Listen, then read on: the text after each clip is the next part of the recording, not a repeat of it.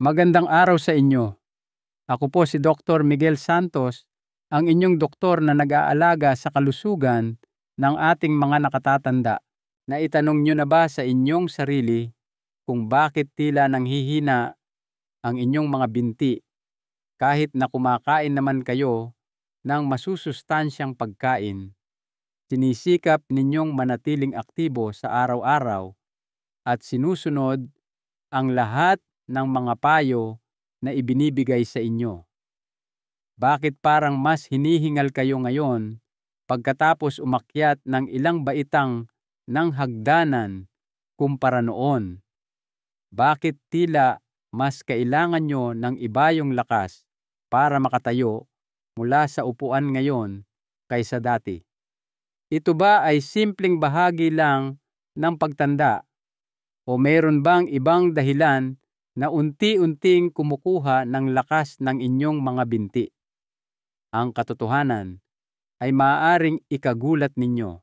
Ilang taon na nating naririnig na ang prutas ay masustansya mabuti para sa puso, sa immune system at mahalagang bahagi ng isang balanseng dieta. Ngunit heto ang isang bagay na bihirang pag-usapan. Hindi lahat ng prutas ay mabuti para sa mga taong may edad na. May ilang uri ng prutas na bagamat matamis makatas at tila walang masamang epekto, ay siya palang dahan-dahang nagpapahina sa inyong mga binti araw-araw. Ayon sa isang ulat na inilathala ng Harvard Medical School, ang mga pagbabago sa metabolismo at sirkulasyon na kaakibat ng pagtanda ay nagiging sanhi upang ang mga taong lampas 60 anyos ay maging mas sensitibo sa asukal asido at ilang sangkap na matatagpuan sa pagkain. Ibig sabihin, ang mga prutas na dating nakabubuti sa inyo noong kabataan ninyo ay maaaring nagdudulot na ngayon ng pinsala sa inyong sirkulasyon, kalamnan at mga kasukasuan. At ito ang pinakanakakabahala. Malamang ay araw-araw ninyong kinakain ang mga prutas na ito nang hindi nalalaman ang mga panganib na dala nila. Pero huwag kayong mag-alala dahil narito ako para tulungan kayong tukuyin ang problema bago pa lumala ang pinsala. Ating tatalakayin ang 5 pinakamasamang prutas na dapat iwasan ng mga nakatatanda na lampas 60 anyos kung nais nilang mapanatili ang lakas, katatagan at pagiging flexible ng kanilang mga binti. Lalo na ang numero 5 na maaaring ikabigla ninyo dahil ito ay isang prutas na halos lahat ay gustong-gusto at inaakalang mabuti sa kalusugan. Hindi lamang listahan ng mga dapat iwasan ang hatid ko.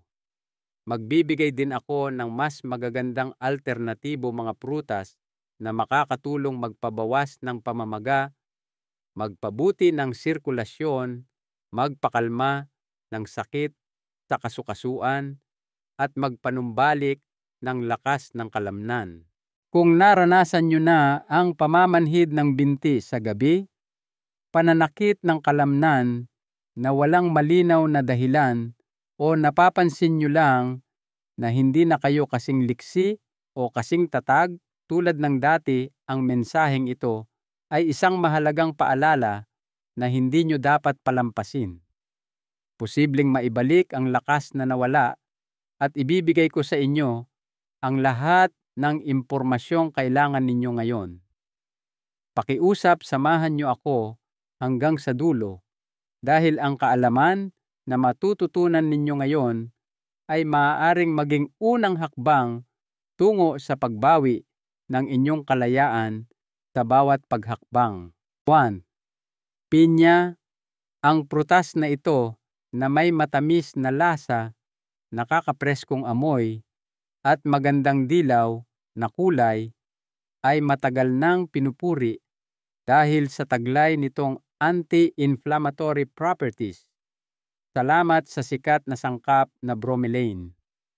Sa kabilang banda, may isang bagay na iilan lang ang nakakaalam. Ang pinya ay maaaring magkaroon ng kabaligtarang epekto sa mga nakatatanda, lalo na kung madalas itong kinakain. Sa 100 gramo ng sariwang pinya, meron itong humigit kumulang 10 gramo ng asukal at medyo mataas na antas ng natural na asido. Sa aspetong biolohikal, ang asukal sa pinya ay nagdudulot ng mabilis na pagtaas ng asukal sa dugo.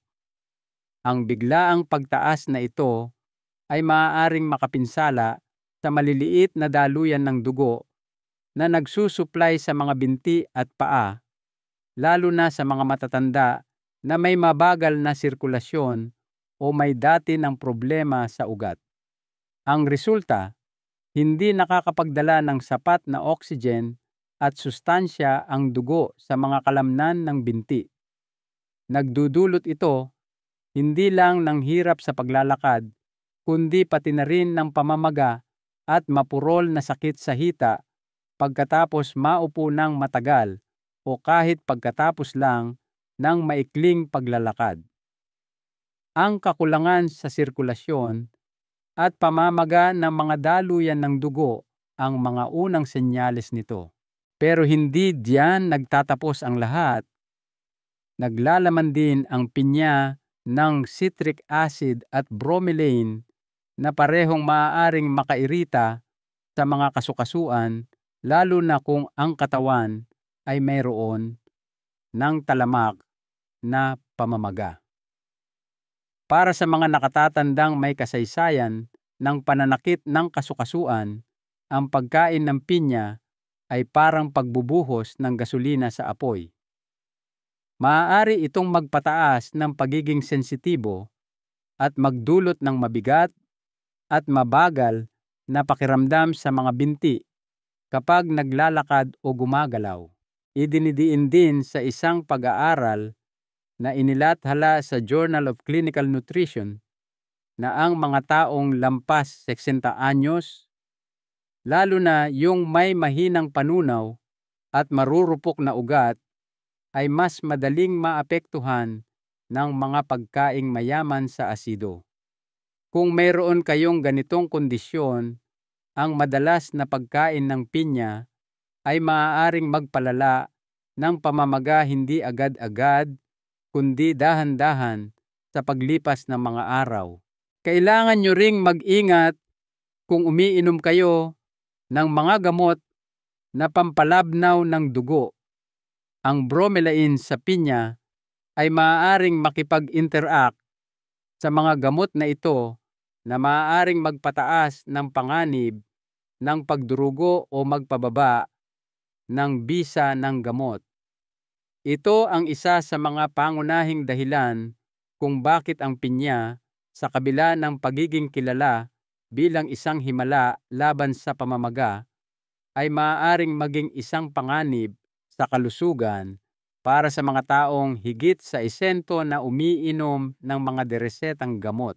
Kaya kung nakaramdam na kayo ng pagbigat ng binti pagkatapos kumain ng may kasamang pinya, o kung nakaranas kayo ng mapurol na pamamaga sa tuhod at bukong-bukong, marahil oras na para pag-isipang muli ang pagsama ng pinya sa inyong pang-araw-araw na diyeta. Hindi nyo kailangang tuluyang alisin ito, ngunit subukang bawasan ang dalas ng pagkain nito at palitan ng mga prutas na hindi gaanong nagdudulot ng pamamaga at mas banayad sa katawan, tulad ng blueberries o papaya. 2. Saging. Ang saging ay matagal nang kilala bilang isang masustansyang prutas. Madalas itong pinupuri bilang mahusay na pinagkukunan ng potassium at enerhiya na sumusuporta sa paggana ng kalamnan. Gayunpaman, salungat sa ating laging pinaniniwalaan, ang saging ay hindi palaging pinakamahusay na pagpipilian para sa mga nakatatanda. Ang 100 gramo ng hinog na saging ay naglalaman ng humigit kumulang 2 gramo ng natural na asukal at mga 23 gramo ng carbohydrates na karamihan ay mabilis na naa-absorb ng katawan. Dahil dito, mabilis na tumataas ang antas ng asukal sa dugo pagkatapos kumain ng saging. Sa mga nakababata, epektibong nakokontrol ng insulin ang prosesong ito. Ngunit sa mga lampas sa 50 anyos, kung saan bumababa na ang paggana ng insulin, mas malamang na maging pabago-bago ang asukal sa dugo na may malaking epekto sa sirkulasyon ng dugo lalo na sa ibabang bahagi ng katawan. Maraming nakatatanda ang maaaring makaramdam ng kabigatan sa kanilang mga binti pagkatapos kumain ng may kasamang saging. Maaaring sundan ito ng mapurol na sakit sa kasukasuan ng tuhod o pagod na mga kalamnan sa binti lalo na kapag gumagawa ng magagaang aktibidad tulad ng paglalakad o pag-akyat ng hagdan.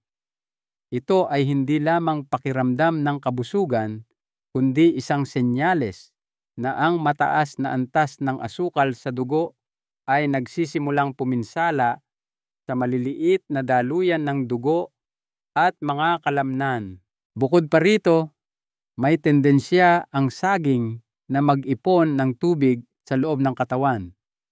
Sa mga taong may problema sa puso o umiinom ng mga gamot na pampaihi diuretic, ang araw-araw na pagkain ng saging ay maaaring magdulot ng pagmamanas water retention na nagreresulta sa pamamaga ng binti, bahagyang pamamaga sa paligid ng bukong-bukong at paninigas ng binti kapag nakatayo ng matagal.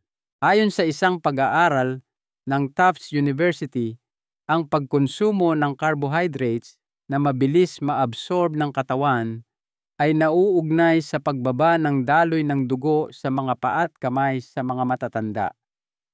Nagreresulta ito sa pagbaba ng lakas ng kalamnan at pagtaas ng posibilidad na matumba. Ang panganib sa saging ay hindi agad-agad lumalabas ang epekto, bagkus ay unti-unting naiipon sa paglipas ng panahon. Dahil dito, mas mahirap para sa mga tao na maunawaan na ang prutas na ito na tila ligtas ay maaaring dahan-dahang nagpapahina sa kanilang mga binti. Kung mahilig pa rin kayong kumain ng saging at ayaw nyo itong tuluyang alisin sa inyong dieta, maaari nyong pag-isipan ang ilang pagbabago. Kumain lamang ng maliit na halaga tulad ng kalahating saging sa isang pagkakataon. Upang pabagalin ang pagsipsip ng asukal, isabay ito sa ilang malusog na taba, tulad ng ilang piraso ng walnuts, natural na peanut butter o isang pirasong keso. Iwasang kumain ng saging nang walang laman ang tiyan dahil magdudulot ito ng mas malaking pagtaas ng asukal sa dugo at masamang epekto sa sirkulasyon sa binti. 3. Ubas. Ang ubas ay isang sikat na prutas dahil sa matamis nitong lasa, dali nitong kainin at magaan at nakakapreskong tekstura. Ang maliliit at makakatas nitong kumpol ay itinuturing ng marami bilang perpektong merienda. Gayunpaman, ang ubas ay maaaring magkaroon ng hindi gaanong napapansin ngunit mahalagang epekto sa kalusugan ng binti, lalo na sa mga kasukasuan at sistema ng sirkulasyon para sa mga taong lampas 60 anyos. Ang mga prutas tulad ng ubas ay may mataas na konsentrasyon ng fructose, isang natural na asukal na mabilis na pinoproseso ng atay. Kapag malaking halaga ng fructose ang nakonsumo, hindi ito kayang iproseso lahat ng atay ng sabay-sabay at sinisimulan nitong gawing taba at uric acid ang sobrang dami. Ang uric acid na ito ay nagiging malaking panganib para sa pag-iipon ng mga kristal sa mga kasukasuan, lalo na sa mas maliliit na bahagi tulad ng tuhod, bukong-bukong at daliri sa paa. Ito ang kilalang sanhi ng gout at paulit-ulit na pananakit ng kasukasuan na tila walang dahilan. Kung nakaranas na kayo ng biglaang matinding sakit sa hinlalaki ng paa, sa gabi, paninikip ng binti o mapurol na sakit sa tuhod nang walang anumang pinsala, posibleng ang mga sintomas na ito ay resulta ng mataas na antas ng uric acid sa inyong katawan na maaaring dulot ng dieta na mataas sa fructose, lalo na mula sa mga prutas tulad ng ubas. Ang fructose ay nag-aambag din sa talamak na pamamaga sa katawan. Ang mga nagpapaalab na reaksyong ito ay naiipon sa paglipas ng panahon kapag madalas kayong kumakain ng ubas na nakakasira sa mga connective tissue sa paligid ng inyong mga kasukasuan at naglilimita sa inyong kakayahang gumalaw. Partikular na mapanganib ang ubas dahil napakadaling kumain nito ng sobra-sobra. Dahil maliit, malambot at masarap, hindi ito nakakabusog. Sa maikling panahon, maaari kayong makakain ng 2 o 3 maliliit na tasa nang hindi namamalayan na nakakonsumo na pala kayo ng malaking halaga ng asukal. Ayon sa isang pag-aaral sa American Journal of Clinical Nutrition, ang mga matatandang regular na kumakain ng prutas na mayaman sa fructose tulad ng ubas ay may mas mataas na panganib na magkaroon ng problema sa kasukasuan at pamamaga ng malambot na tissue.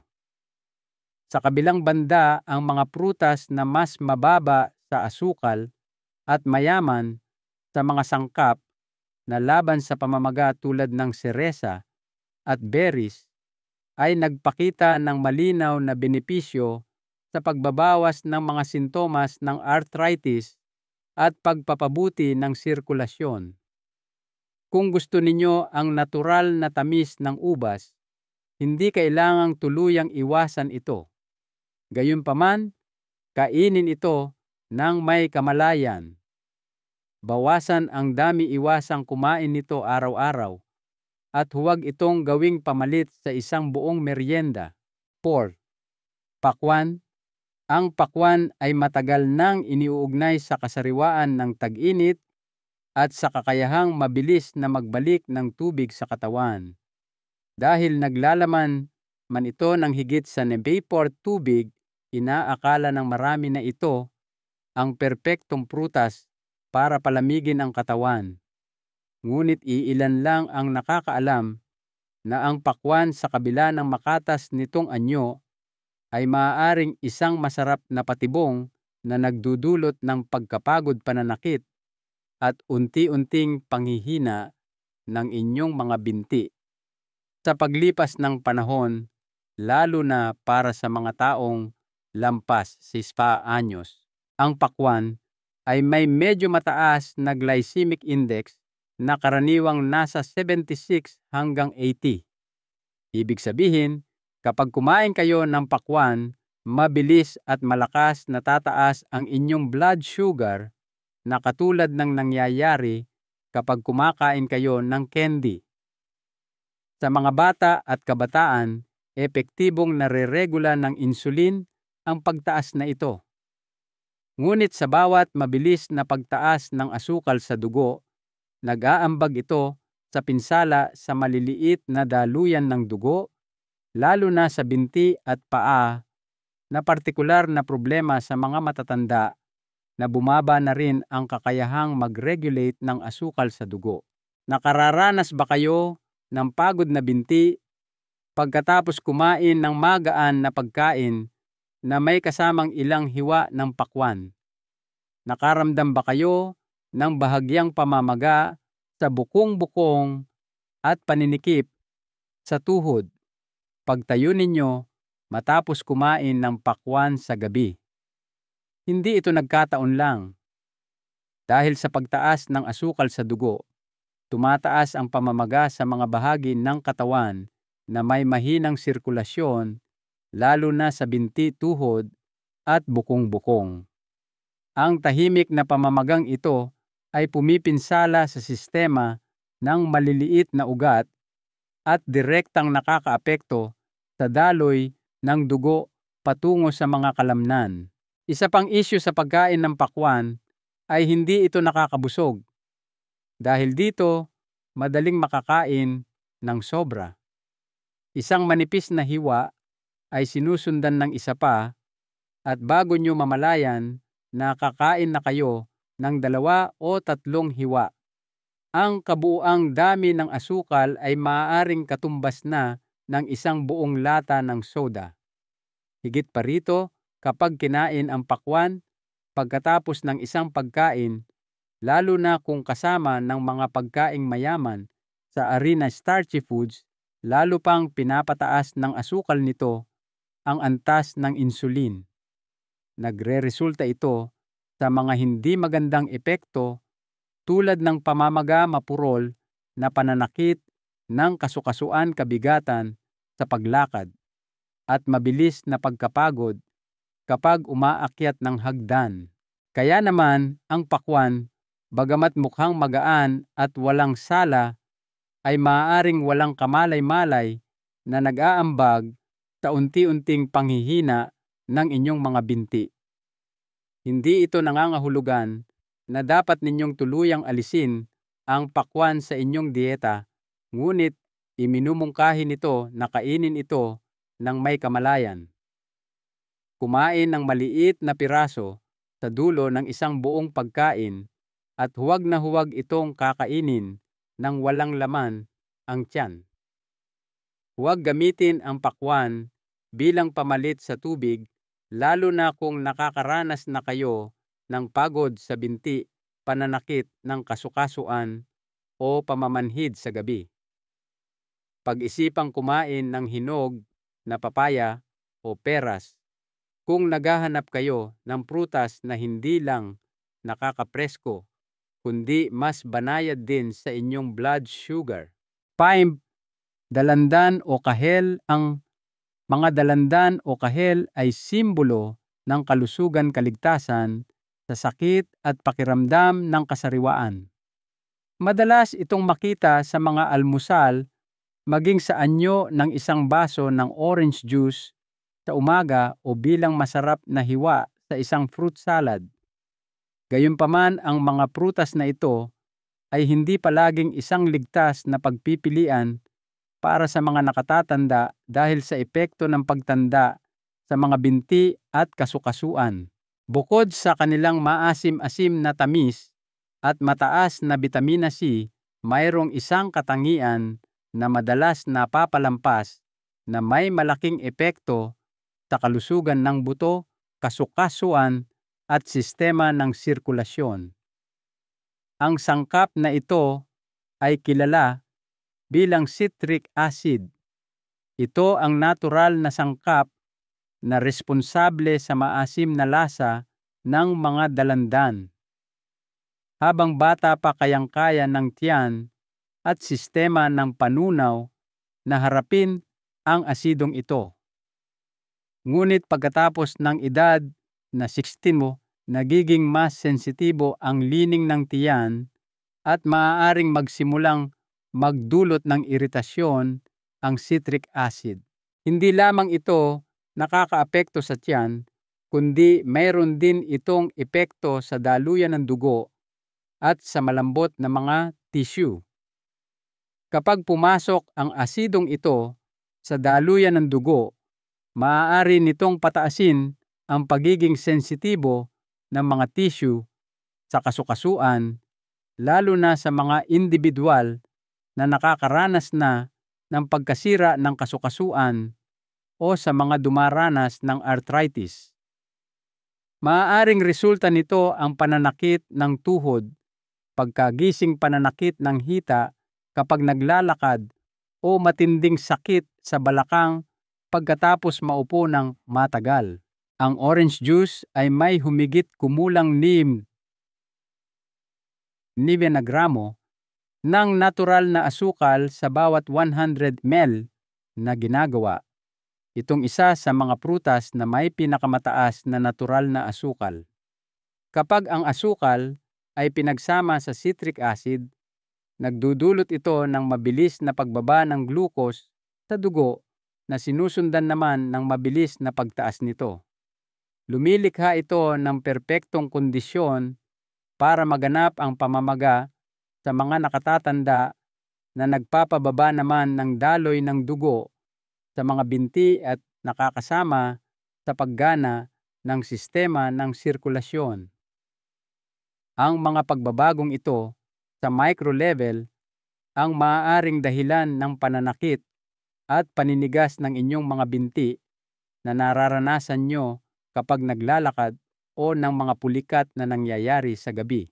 Sa katunayan, ang pag-inom ng orange juice tuwing umaga sa loob ng maraming taon ay maaaring isa sa mga nakatagong dahilan sa likod ng pagbaba ng kakayahang gumalaw na hindi napapansin. Paano ninyo patuloy na makukuha ang mga benepisyo ng dalandan nang hindi napipinsala ang inyong mga binti? Una, iwasan ang orange juice na nakakahon o dilata dahil madalas itong naglalaman ng dagdag na asukal at preserbatibo na nagpapalala ng pamamaga.